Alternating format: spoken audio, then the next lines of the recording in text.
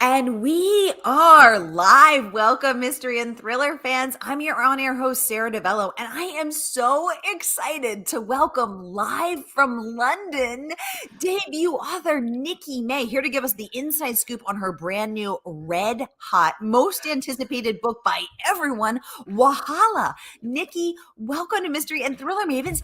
Tell us about this book. Thank you for having me, Sarah. So, Wahala is being described by my publishers as Sex and the City with a killer twist. And I'm okay with that. It's got sex, it's set in the city, there are 4 women, and there's a killer twist. But it's slightly more diverse and slightly darker than Sex and the City. I describe it as a subversive modern take on friendship, family, and culture, underpinned by this rather epic revenge story.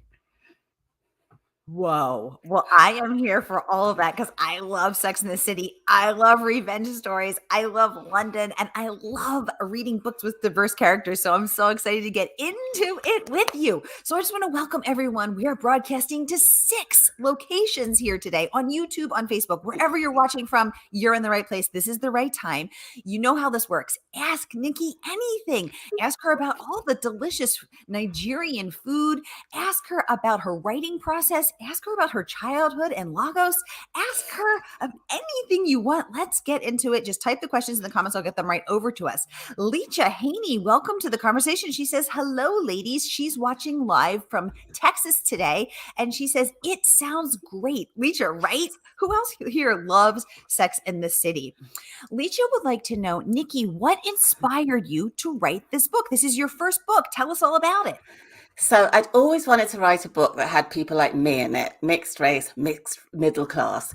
And I had this idea bubbling around in my head. But what actually was the catalyst for starting was a long and very loud lunch with friends at a Nigerian restaurant in London. I don't live in London anymore. I live in Dorset. So as I finished lunch, I boarded the train home, a long, slow train, and I started thinking about my 2 cultures. I felt myself code switch out of Nigerian me into English me, grabbed a pen and paper, always have one with me because I'm a list girl, and I started sketching out the characters. By the time I got to my first stop, I'd written the first scene and I couldn't let it go. And that was the catalyst. The rest of the story just poured out of me. And 6 months later, I had my first draft, a rubbish draft, but a first draft. Wow. Oh my gosh. I'm amazed by all of this. Lisa, thank you for the great question. So first of all, who else is a list girl or a list guy? Hands up in the comments. I always have a pen and paper with me everywhere I go, in my purse, beside my bed, because I love lists and I have to write everything down. Darla says, you are such a lovely gal. You are a lovely gal, Darla. Welcome to the conversation. So great to have you. Leisha says, congratulations on your release, and thank you for answering her question. Lecha, you always have great questions. Thank you. Darla saying, good afternoon, you two. Stephanie Cooper, a bookstagrammer extraordinaire. She has Fire Pit and Books on Instagram. She says, howdy. She's tuning in from California today. Fabulous. So, Nikki, your book happens to open in a very rowdy restaurant with lunch with these, 2 long-term friends. And then one of them has brought a new friend, well, her old friend, but introducing a 4th person into this very tight-knit group of 3 women. And it's so relatable because we've all been there where you're going to see your dear friend and then she brings someone else and you're like, get away, interloper. Like, I just want to dish with my friend. So first of all, which friend are you? Are you Simi? Are you Ronka? Are you Isabel? Are you Boo? Who are you? And how much of this lunch was what happened in the real lunch? Well, let me tell you a little bit about the girls. So it centers on 3 30-something women living in London trying to live their best lives. And they're bonded by their heritage. All 3 of them are Anglo-Nigerian. Ronka's a dentist. She's dating Kayode and she's desperate for him to be the one. She wants happy ever after and 2.2 kids. Boo has everything Ronka wants. Nice husband, gorgeous child, huge kitchen, but she's frustrated and unfulfilled. Simi is the golden one, on the surface at any rate. She has this amazing fashion wardrobe and her friends just think she's got it all, but she's crippled by imposter syndrome. So in this restaurant, the first scene, we meet Isabel. She's the glamorous, rich and glamorous interloper. And at first it feels like she's bringing out the best in the women, but she's actually a wrecking ball, and her motives for causing trouble, Wahala, propel the narrative. Now, it's not remotely autobiographical, but I have to confess that little bits of me crept into each of the characters. So Simi dropped out of medical school. I did that, horrified my father. I've also got imposter syndrome, although it doesn't every woman. I'm a little bit like Ronke in that I love cooking and I love food, but I'm not quite as nice as Ronke. And a bit like Boo in that I've often had this thing about not being sure where I belong, not feeling at home there and not feeling at home here, and having to find my place, which Boo struggles with. But don't worry, I have nothing in common with Isabel, I promise. Oh my gosh, I love it. And I think we can all identify with those little bits of each of those women, of imposter syndrome, of disappointing people, and what I also love is how the women look at themselves and how they look at each other, because we cannot help but notice, wishing for things that we did not have and that we see in other people, and the jealousy and sort of comparison, it happens. So that's 100% relatable. Leslie saying hello from Canada today. Ooh. Leslie, welcome to the conversation. So Nikki, Wahala, let's start there, means trouble in Yoruba. Is that correct? It's a Leslie or just Pidgin English word, so it's used all over Nigeria. Nigeria, we have about 20 languages, but Pidgin English transcends them all. Everybody can speak Pidgin and everybody can understand Pidgin. So Wahala works pretty much all over West Africa, and it means trouble. You usually hear it with a groan or a sigh or the shake of a head or a hiss it's that sort of word, and it's ubiquitous. It's just that word that you hear all the time. And for those of us who don't know, me included, what is Pidgin English? Well, Pidgin English is this it's a uniting language, if you like. It evolves over time, and you're never quite sure where the words come from. Like Wahala apparently comes from Wala, which was an Arabic word, and the Arabs came down from the north. So it's just a sort of way of smoothing over language, so that because in Nigeria you have these different tribes and lots of different languages, Pidgin is this way that everybody can communicate. It's a sort of bastardized English with a bit of Nigerian. It's a really lovely, interesting way of talking. I'm not great at it, but my stepmother speaks Pidgin perfectly. And it's one of those really interesting languages that as soon as you learn it, you want to learn more and more. The BBC have even got a Pidgin English channel. And sometimes I read it and even I can't actually understand what they're saying, but it's such good fun. Wow, I'm learning so much. I love that. I didn't know any of this. This is so cool. So I love to cook. You love to cook, and Nigerian food features very mouth-wateringly prominently in this book. So, Nikki, what's your favorite thing to cook? What's your comfort food, and what's your best dish? I think one of the best things about being mixed race and having two homes is you get two comfort foods. You get two best dishes. You have two different go-to cuisines. So I think it depends on how I feel. On a Sunday here in England, especially now when it's wet and grey and dreary, I do love a roast dinner. So that's my proper English side coming out. I want roast beef with all the trimmings, roast potatoes, Yorkshire puddings, gravy and veg. But then when it gets warmer, and today we saw snowdrops, so you sort of think maybe spring's going to come, and as it gets warmer I start to think of having suya, which is this beautiful Nigerian food. It's a bit like a kebab, I suppose. It's skewered bits of meat or lamb or mushrooms or vegetables, and it's spiced with this ginger, nutmeg, chili. It's really lovely and aromatic, and then you barbecue it. And so this time of year, no way we're having a barbecue, but you can dream of it coming in a couple of months. Ooh, that sounds delicious. As I've been reading this book, because I love to cook and I love to eat, I literally thought to myself, I've got to find the nearest Nigerian restaurant and go order the entire menu, because God, it sounds good. Oh my That's God. exactly what Ronka's like. She wants the whole menu and she struggles to decide what to have every time she pops in. So I identify most with Ronka, because for that reason, and also when she leaves, she orders something to go. Who can relate? Takeaway. Me, get the takeaway, and I always order more because I'm hungry. So yeah, so okay, Nikki, this book Leslie says, this does sound delicious. She's in, right? Leslie, we've got to like meet up. And wait, did I see on Facebook that it's your birthday today, Leslie? Happy birthday. Thank you for Happy spending your birthday. birthday with us. We're so happy to have you here. Books to Grammar Extraordinaire. Christina Powers is joining us. She is a politically read girl on Instagram. She says, hi, Christina, always a pleasure to have you. Thanks for joining us. Leslie saying she says she's Greek and she says some of that food sounds like Greek souvlaki. Souvlaki is a bit like suya, I think. I think lots of countries have a kebab, a skewered dish cooked off over coals. And I think food does taste nicer when it's cooked outside over coal. Ooh, okay, cool. Oh, Leisha would like to know, okay, the story of the title. So Wahala meaning trouble. Did you have the book title before you started writing it? Did it come to you? Did your editor pick it? Give us the story of the title. So I had the story after my first draft, which is when I went back and thought, I've got to give these girls trouble. I've got to give them Wahala.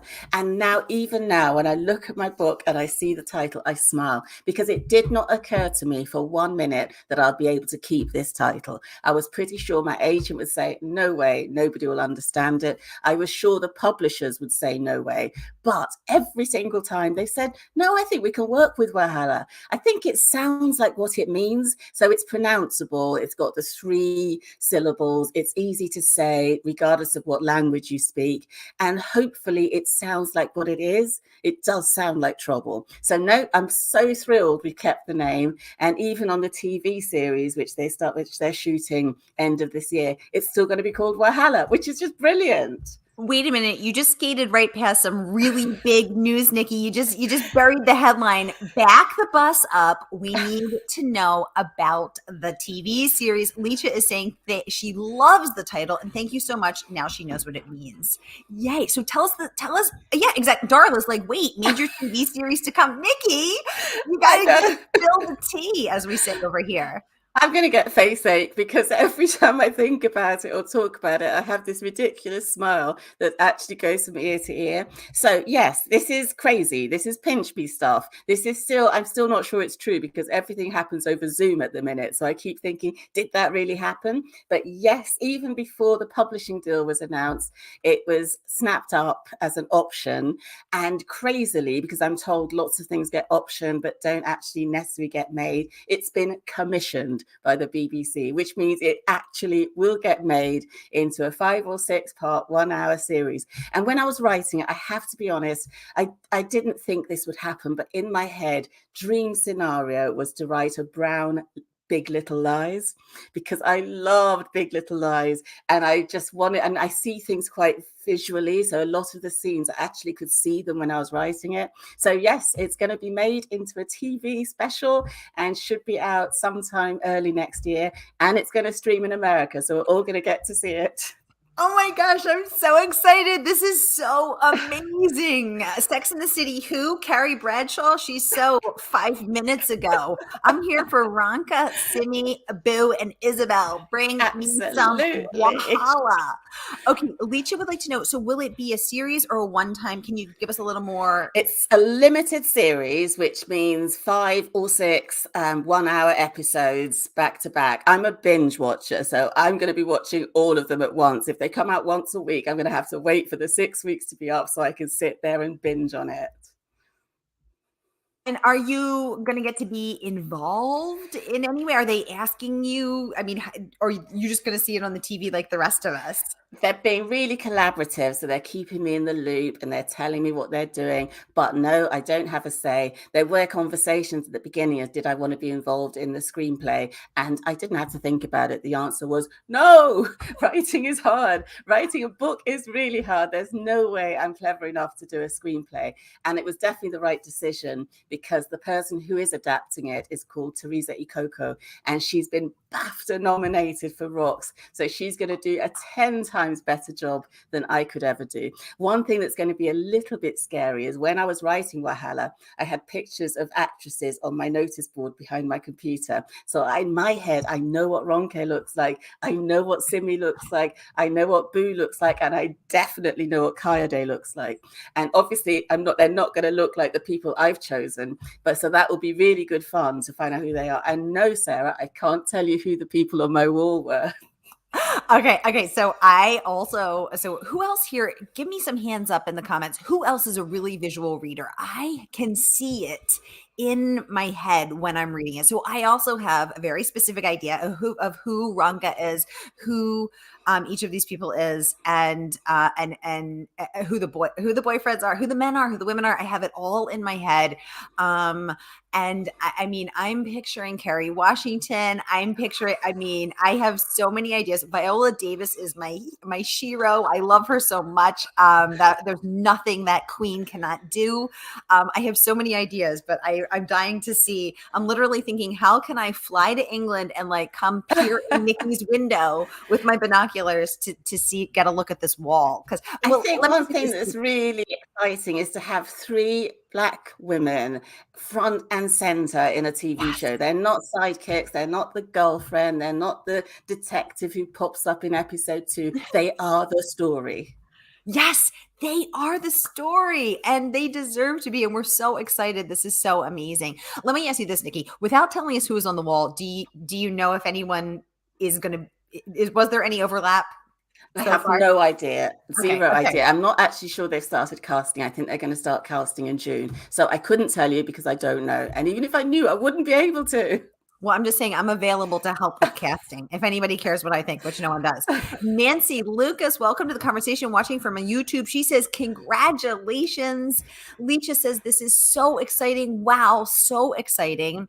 And thank you. Darla is saying, hands up, me. Christina, yes, hands up, me. Peter May, welcome to the conversation. Also joining us from YouTube. He says he loved this. Absolutely, Peter. Yes.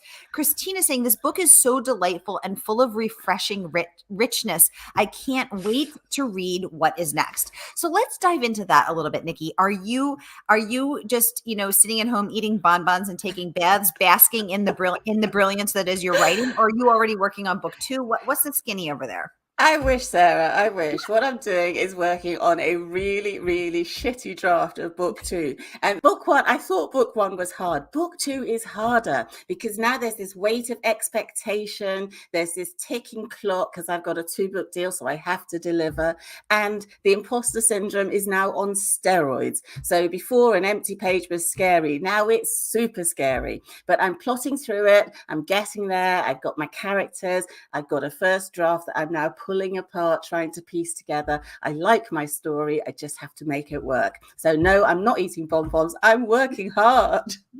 And does this involve Darla saying, we like shitty drafts? Exactly. We like shitty drafts. Amen, Darla. Preach. Now, Nikki, does this involve the pens and the lists and the notebooks? And are you writing it on a train to Oh, bring back some of the brilliance? I have been on quite a few trains and I am doing a bit of editing on the train. But yes, I'm never without a pen. And I have a pen beside me at night. I have a pen when I'm watching telly. And when I'm walking the dogs, as I have 2 dogs, you can see them behind me. And walking the dogs is where my best ideas come from. And I don't have a pen because I keep losing it on dog walks. But I've now do these voice notes to myself. So I stop short and the dogs are looking around thinking, what is wrong with her? And I start talking to myself. Really, I'm leaving myself important notes about the book on my phone, but the dogs are like, oh dear, there she goes again. So is it that you're walking and then all of a sudden you're like, and I see Kerry Washington in scene 2, repeat Kerry Washington. I mean, It's a bit like that. Usually what happens is I start unpicking and thinking about the scene as I'm walking. And it's a really good way of solving problems because your mind is not totally focused. So you're wandering around. And I honestly think looking at horizons is good for creativity. It just makes you think a bit bigger. So you're wandering around, suddenly you think, that's why she did it. That's what she's doing, or that's where she is, or that's how you get from this bit of the book to that bit of the book. So I solve lots of problems on my walks, come back, find a whole more heap of problems to solve the next day. Nikki, let's go back to what you just said about imposter syndrome, because I was wondering that, and I actually had it on my list because I'm a list girl too, to ask you about, because I was wondering, what is the pressure getting to you? Because this book has been so lauded, so praised. I mean, you are on most anticipated lists by Oprah Daily Entertainment Weekly, Bustle, PopSugar, CrimeReads, Marie Claire, Glamour, Vogue, Essence. I could go on and on. I mean, I could just like roll you out a Santa list, but you are literally on every most anticipated book of the year list. So does that feel motivating or does it feel crushing? I mean, I would be curled up under my anxiety blanket rocking. Like, I mean, how's that for you? You have moments when you sort of think, oh my God, is it actually my book they're reading? Because the other thing is people reading things that you think, I didn't even mean to do that. I was just writing a book. So bits of it are lovely and you think, yay, and you get a really big head. And then you read a really bad Goodreads review and you go back into your little box and you start feeling down again. But I think you just have to take it all with the flow. And luckily, I live a really simple life. So most of the time I'm wearing Wellington boots, walking my dogs, shouting at them to stop chasing squirrels, and that's a really good leveler. So you keep your feet on the ground and you just get on with it. And I've got friends, my group of friends, who really make sure I don't get high on my own supply and keep my feet firmly on the ground. High on my own supply is a phrase that I will be integrating going forward in every single conversation I possibly can. Thank you for that. Leslie says, this is all so amazing. Right, Leslie? It totally is. Oh, Darla, I missed a question for you. Okay, I'm going back. Wait, she's saying schnauzers. Okay, I think I missed that, Darla. I'll go back and get it. Oh, Lecha has another question. Nikki, do you have to have it quiet when you write, or do you listen to music? Yes, because so when we open with the scene in the restaurant, there's loud music, loud conversation. Do you thrive in that, or what do you need silence? I have to have a deadly silence. I mean, really silent. If my husband is breathing too loudly in the next room, he gets daggers from me. I can just about bear the dog snoring because that's kind of rhythmic and that sort of soothes me into a writing pattern. But no, it has to be completely silent. I can't handle any noise at all. But when I'm thinking, when I'm trying to work out ideas and stuff, I find music really helpful. I think some lyrics in music are just so beautiful and how they manage to get so much meaning into such short songs. So I do listen to quite a lot of music. I'm a big love song, crying, that sort of person. So when I'm working, complete silence, but when I'm thinking and pottering around, I like a bit of music. So weepy love songs. You're British. Are you listening to Adele and just crying into your own beer over there? Absolutely. Weeping, weeping. I mean, that woman can do angst, let's be honest. She is the queen of angst. So she needs to break up with boyfriend number, whoever it is, so she can do another album of sad songs. Exactly. Oh, Darla is saying there's a number of great Black British actresses to choose from. You're so right, Darla. Why am I thinking of Americans? I'm being so American centric. I apologize. There are so many amazing Black British There actresses. are. Can you tell us if the people on your wall are British or American, Nikki? I've got, well, Veronica, Simi and Boo, two of them were British, one was American. And Isabel's a difficult one. When I was watching it, when I was writing, I was watching a lot of Killing Eve with Villanelle. So she's just such a wonderful villain. And I had so much fun with her wardrobe and side boob at lunch and that incredible wealth, which means she can wear whatever she wants and do whatever she wants. So yes, I think there's a real seam of wonderful talent in the actor world that hopefully will get the right people. So the crazy thing is, my friend Charlotte, who randomly is also British but lives here in the U.S., works at the production company that did the trailer for Killing Eve. Ooh. So I got to see the Killing Eve season 4 trailer. It just came out on Friday, and I saw it at her house, at her apartment, the instant it came out. And oh my God, first of all, it's gorgeous. I posted it in the Mystery and Thriller Mavens Facebook group. I posted it everywhere because I'm so freaking proud of Charlotte for this gorgeous, brilliant, and for these incredible women. I mean, Jodie and Sandra Oh, and I love them. Okay, Christina would like to know, okay, so what do you think of Isabel? So for those who haven't read it yet, she's the glamorous interloper, half Russian, half Nigerian, but by way of LA. So Christina would like to know, what do you think of Isabel and how did you come up with that character? She was definitely cringe worthy. Well, The truth is, I was playing a little bit with this wealth gap and this sense of elite. And in Nigeria, I think in every country really, there's a small, thankfully small group of people who have ridiculous, obscene amounts of wealth. And that comes with a real sense of entitlement, of being able to do anything and get away with anything. And in a country like Nigeria, where there is a level of corruption, although I'm starting to realize that's just not Nigeria, that's everywhere, they can often actually get away with anything. So I was playing with that character, a person who's never had to work, who's always been given whatever they want, who's been spoiled, and who has started to think this is a birthright, that she should be able to do anything, should be able to get anything, and add a tiny bit of psychopathy in there.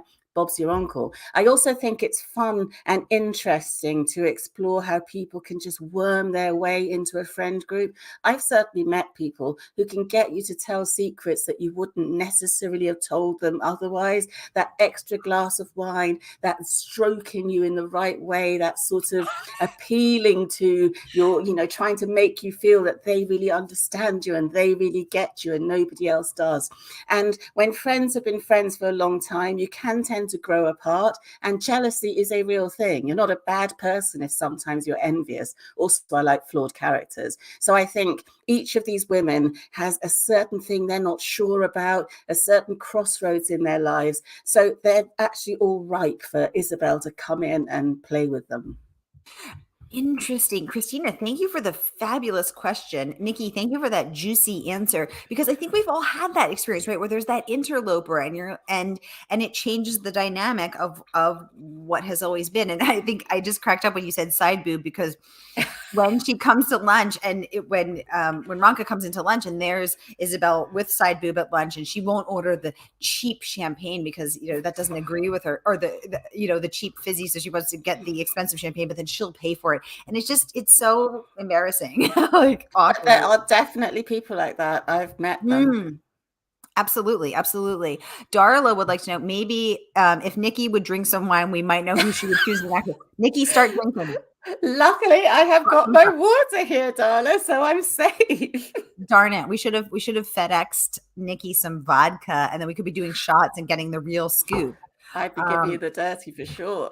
Give us the dirty. That's what we're here for on the Mavens. Darla, I like where your mind's at. We're clearly thinking along similar lines.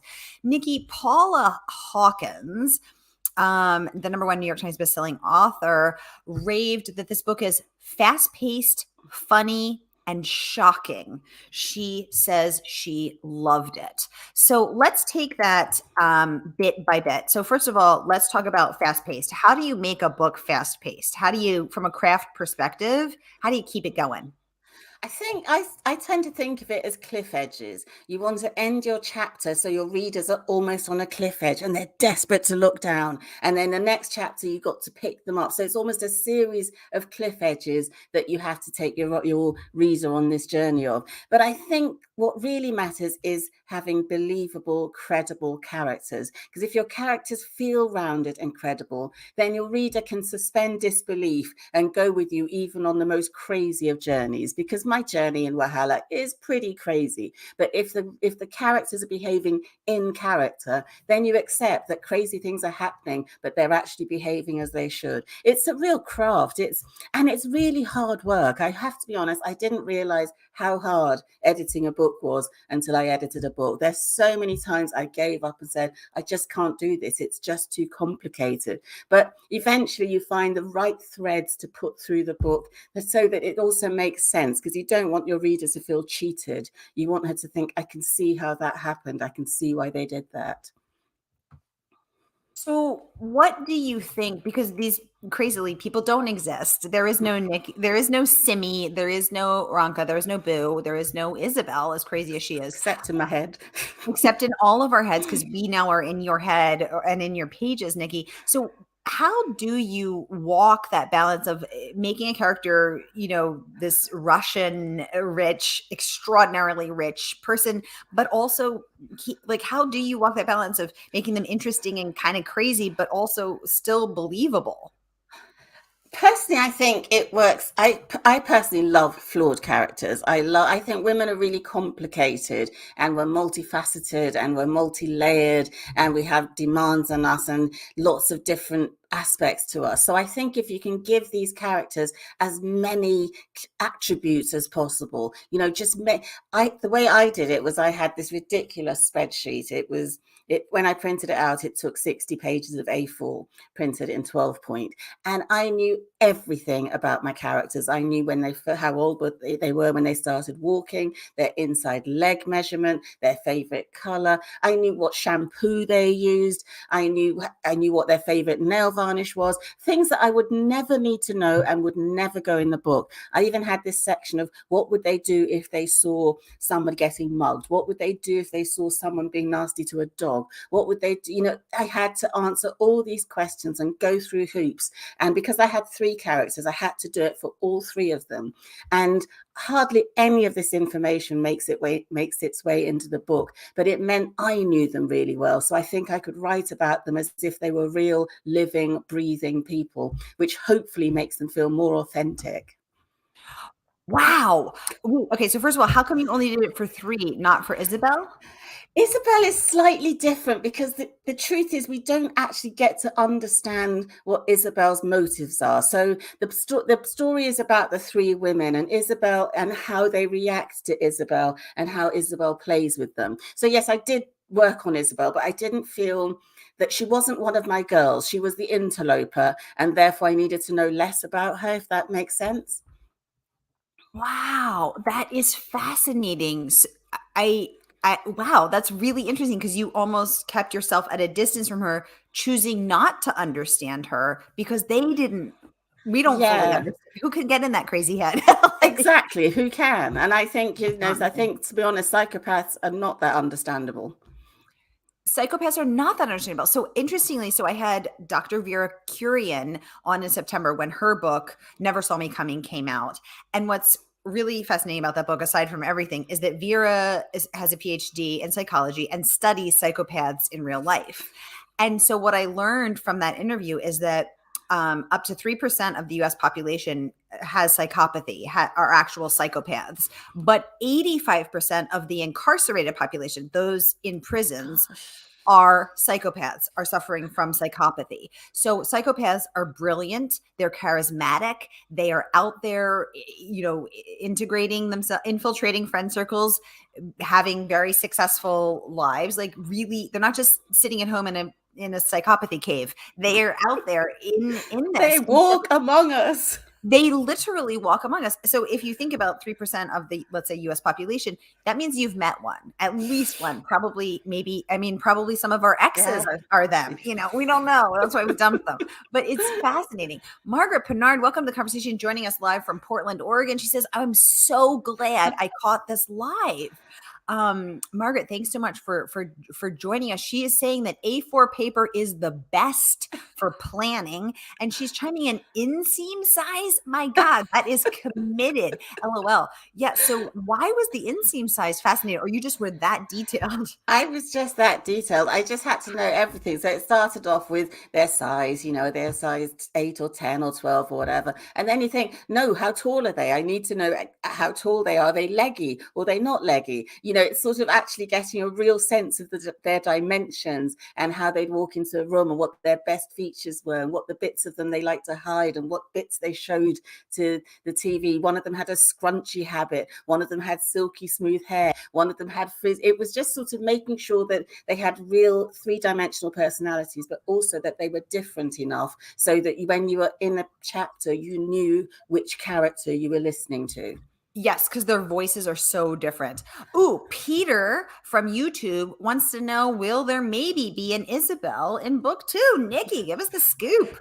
Never say never, but I think I've parked these characters, and although I miss them, I'm really glad to be now living with new characters in my head. I have to confess though, if I go somewhere and I see someone with a ponytail, I think of Boo. And whenever I'm cooking, I still think of Ronke. And whenever my imposter syndrome strikes, I think of Simi. So I think there'll always be a little bit of them in me. Never Isabel, but never say never. Who knows?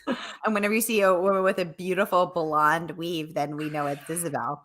Darla is saying Wahala is also the editor's pick on Amazon. Yes, it is. I saw that. Absolutely incredible.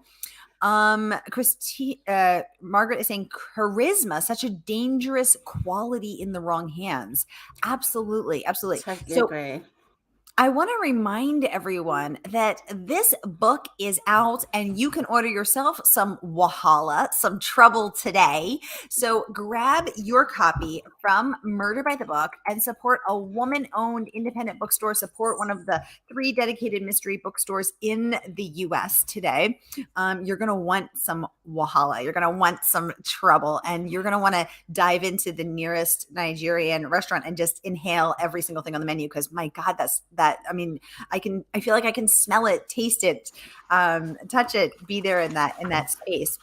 And there are even recipes in the back of the book. So if you can't get to a restaurant, back of the book, you'll find out how to make Ronke's moi moi, how to make Auntie Kay's jollof rice, and how to make a chicken stew. And just when you thought it couldn't get any better, now we have recipes. Bam. Nikki May just leveled up, as the cool kids say. That is amazing. Who else loves to cook? Give me some hands up in the comments. Okay, you guys, we have a few minutes left. So I think I can get in about 3 more questions. So get them going in the comments. You know how this works. This is your time. Ask this incredible woman anything you want. Ask about what it was like being raised in Lagos, medical school, dropping out, moving to London. We got a lot to talk about here. The dogs, the schnauzers, they need a shout out. Yes, they need a shout out. Oh, okay. I think that I missed a comment back here from Darla asking about the schnauzers. Lecha has some questions. Okay, she said, wow, recipes are always nice. Thank you. And she would like to know, what was your favorite book as a child? Great question, Lecha. It's a really good question. I grew up in Lagos in Nigeria, which was brilliant. I loved my upbringing. It was absolutely brilliant. But books were gold dust. There was only one bookshop and it specialized in academia. So if you wanted a school book, you were in luck. But fiction was so hard to find. And a friend of mine had the complete collection of Enid Blyton books. She was the most popular girl in school. So I grew up on Enid Blyton and I absolutely loved them. I didn't actually understand what I was reading, but even the food in those books. So they talked about jam tarts. We'd never seen jam in Nigeria, and I didn't know what a tart was, but I knew I wanted one. And it's wonderful. There are even names, like there was one of the characters was called Penelope, but I didn't know it was said Penelope. I thought it was Penelope. And I remember the first time I said Penelope to somebody in England, and they looked at me like, are you crazy? It's Penelope. It's like, well, I didn't know. I just read it. And I think it's wonderful when you learn things from books, but you're not actually sure what you've learned. It just shows how important books are and how they can transport you. Exactly. That's why we read books, to transport into other worlds Absolutely. that we haven't gotten to go to walk in the shoes of others, to go places we've never been, to get curious and to walk. I mean, this is it. So this is, yes, absolutely, to all this. I love that. I'd never seen a jam in Lagos, and I didn't know what a tart was. And a tart could be several things. It could. Just scrolling back here, Alicia saying, yay for schnauzers. Our 8-year-old puppy is half schnauzer. Darla, you said something about the schnauzers too, asking for a shout out to the schnauzers. I'm scrolling back. I may have missed that. I apologize if I did. I'm scrolling back as fast as my little fingers can go.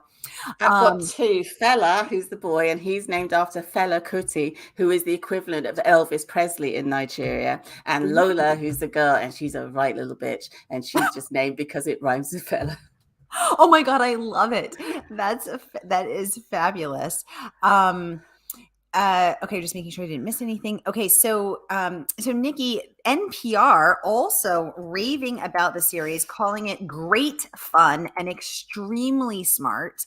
Congratulations on that. So fabulous.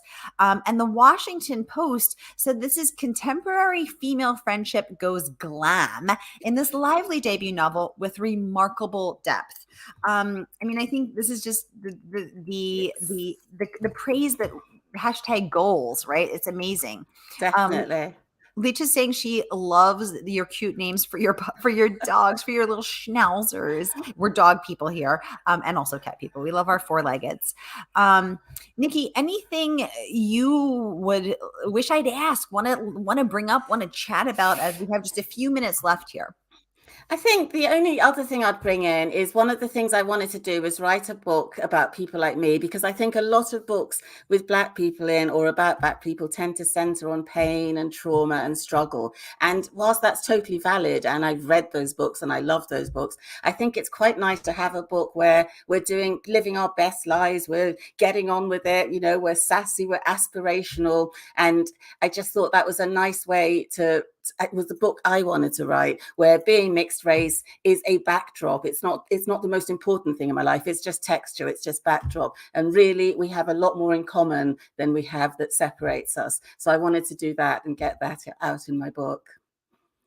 I love that because I think so many times when we read a book, either exactly as you said, when it is either about the pain and trauma, or especially over here in this country, centering on the history of enslaved people, Yeah. and then the fallout of that, which is very important to talk about and to remember and to preserve that because it's true. But I see the same thing in the LGBTQIA community. It doesn't have to be the whole story. No. It can just be a by the way, in the same way that when you're reading a book about a white person or a woman, it doesn't have to be like, we don't see the whole story centered on, I'm walking through the world and I am white and here's what it's like to be. Exactly. And I think the utopia will be when it's not a Black book or a white book. It's just a book. It's just a book with great characters in and a great story. And you don't even think about what color they are, because does it matter? Not really. Not really, because we're relating to these characters, relating to the commonalities that we see in them, that we feel in them, that we identify with them, and that's universal. So I absolutely love that. I hosted your fellow Brit, Nadine Matheson, when her Jigsaw Man came out, and she's coming back in July, and she said the same thing. She wrote her Detective Inspector Angelica because she hadn't seen any lead Black female detective inspectors, and yes, let's see more of that. Everyone deserves to see themselves on the page, on the stage, on the screen, in all of the roles. This is awesome. And yeah, and I love that. So one of the things that the women, let's talk a little bit more about this mixed race, because that's one of the things that you put out there right away. So from the opening scene in that crowded luncheon, which we now know is from your own experience that spurred you writing this book, the women talk about that themselves, and Ronka doesn't really love that Isabel is speaking so familiarly to her, asking her if her hair is real. So not something you should really, not something that I wanted to touch on. I mean, I touch on microaggressions, and I touch on the things that affect us. But I also think, you need to respect how people actually are. When I grew up in Lagos in the 70s and 80s, I was called half caste. It wasn't derogatory. It was just a matter of fact. That was what I was called. And I'll have to be honest, I still think of myself like that. Obviously, I would not say it out loud in company now, and I would never call anybody else that, because we've moved on, or certainly in the West, we've moved on. But when I go home, people still ask, are you half caste? And I have to be honest, I don't freak out. I don't get offended, because it's context. That's what I was there, and that's what I still am there. And I think things do evolve and things do change, and we definitely have to progress. But I think sometimes we can be too quick to take offense, and we can be too quick to decide that something's an insult when it isn't necessarily. So when I'm sitting with friends I grew up with, I'll be honest, we still laugh about being called half caste, because it's what we were. And if you're something for the first 20 years of your life, it's very hard to shrug it off and suddenly become really cross when you hear the word. And also, I think there's probably, in all of the communities that we dwell in, there are some terms that are okay for us to use about ourselves, but wouldn't feel okay or comfortable coming from someone outside of that group. Exactly. There are things you can say with a group of people who know exactly what you've been through and have walked in exactly the same shoes that you wouldn't say when you're in another group of people. And that's definitely the way it should be. Yes, absolutely. Absolutely. Margaret saying this will be a great day. Nikki. Yes, absolutely. Margaret. Well, what a perfect note to end on. Nikki, I want to thank you for joining us live from the UK, from an undisclosed location. Very mysterious. And I want to remind everyone, This book is out now and you can grab yourself some Wahala. So grab yourself some trouble. Get your copy now. I'm putting the link in the comments right now and grab this book because you're gonna want to read it, especially my fellow Sex and the City fans. Who else? Right? So tasty. Right. Not the reboot. What do you think of the reboot, Nikki? Oh, it's a little bit trying too hard, I'm afraid. I mean, I'm watching it. I'm watching every episode and I'm glued to it. But it's almost as if they're trying to apologize for not having any Black or gay or diverse people in the first season by throwing one in every single episode. Like, it Look, doesn't work that way. But it's ex- fun. I'm still watching. I'm still loving it. I feel exactly the same way. And everyone should go watch Lovey Ajayi Jones's debrief of it on Instagram. She's hilarious. She's like, I did not need this from Sex and the City. Everyone doesn't have to have their Black best friend. I It agree. I laughed so hard. I'm going to consider it an ab workout. So everyone go check that out. Oh, Margaret is saying Wahala trouble. Woohoo. Absolutely. Absolutely. All right, everybody. Have a great day. I will see you at 7 p.m. and 8 p.m. tonight with Lara Elena Donnelly's Base Notes. And at 8 p.m., Jonathan Kellerman, the #1 New York Times bestselling author of 40 crime novels, here to give us the scoop on his latest. Have a great rest of your day, Nikki. Thank you so much for coming on. Thank you for having me. Bye.